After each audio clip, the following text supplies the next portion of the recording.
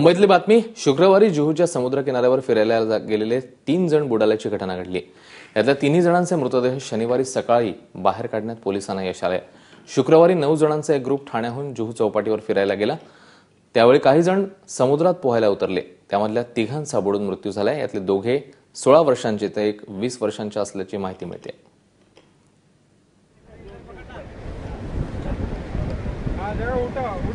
काल शुक्रवारी 3:30 वाजेच्या सुमारास हे 3 ते 4 पोरं पोहण्यासाठी आली इकडे. त्यांना आमचे लाईफ गार्ड यांनी वाचवलं. 1-2 वेळेस वाचवलं. त्यांना सांगितलं की तुम्ही मध्ये जाऊ नका पोहण्यासाठी, पण त्यांनी ऐकलं नाही. परत ते पोहायला गेले. नंतर थोड्या वेळाने तेच मदत मागायला लागले की आम्हाला वाचवा, पण पाऊस आणि पाणी जास्त असल्यामुळे कोणी त्यांना वाचवण्यास गेलं नाही.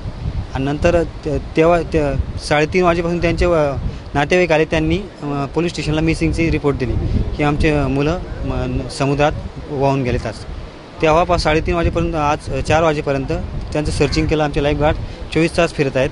तर त्यांना सकाळी 2 डेड बॉडी सापडला. एक अजून चालू आहे शोध.